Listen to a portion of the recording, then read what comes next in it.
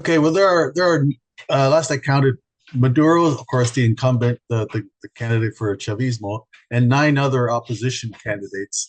Uh, the one that the U.S. backed candidate is Edmundo Gonzalez, who is basically just a proxy for Maria Corina Machado, who's disqualified.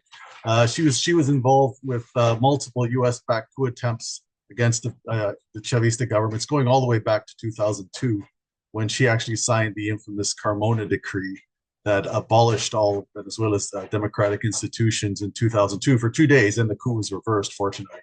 So she has a long track record of being uh, just a subversive, basically, a US backed subversive. And her proxy candidate is this old, very old, frail person, Edmundo Gonzalez, who is now being depicted as a gentle grandfatherly figure who will that's kind of media spin in Venezuela on him. However, Machado's been pretty. She's basically been doing the campaigning.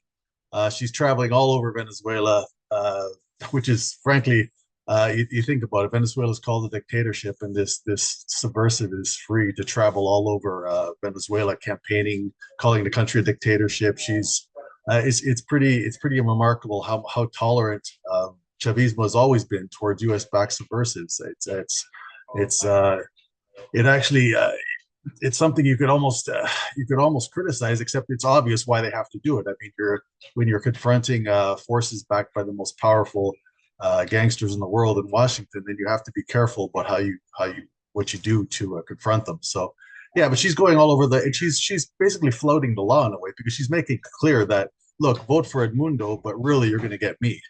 She's not being very subtle about that at all. So it's pretty remarkable. The polls are of very little value. Polls I wouldn't say worthless, but they're so the opposition pollsters have been so bad, especially since 2017, that when they say they have a 20-point lead or something like that, it's pretty meaningless. In fact, an opposition analyst, Francisco Rodriguez, he did an analysis where he looked at the polling track, like he incorporated the polling track records, their error for the past 10 years. And he says if you look at that, factor that into the polls that we have for both pro-government and anti-government pollsters, he thinks it looks like it's pretty much going to be a very tight election, in his opinion. Um, I would say his analysis goes back to 2015. Of course, if you do the analysis from 2017, when the polls really got really bad, it would be more favorable towards Maduro government, but of course that kind of analysis is helpful, but you never know. There's no guarantee that the kind of errors they have in the past will be exactly the same going forward. You never know for sure. Of course, it makes sense when you look at polls. Say, okay, what was their track record to assess how seriously to take them, right? That makes sense. So basically, with the polls the way they are, some polls showing huge advantage for Maduro, others for the opposition. It's hard to say, it's talking to people on the ground. Consensus seems to be it'll be a much tighter election than in 2018, when Maduro won by like 4 million votes. It was totally lopsided because there was an abstention campaign by the opposition. But this time around, it looks like it's going to be tighter.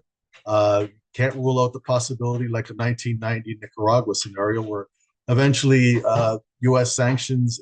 In that case, it was more than just, and in this case too, it's more than just sanctions. It's also other forms of destabilization, attacks on the energy grid, coup attempts, all sorts of stuff. But all that stuff eventually wears down on the people's support for the government. And of course, no government is perfect. They also make mistakes.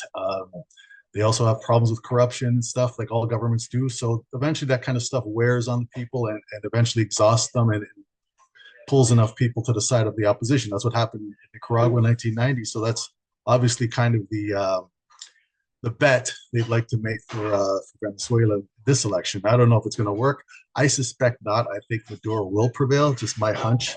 But we never know. It could go to the opposition. It's far from guaranteed.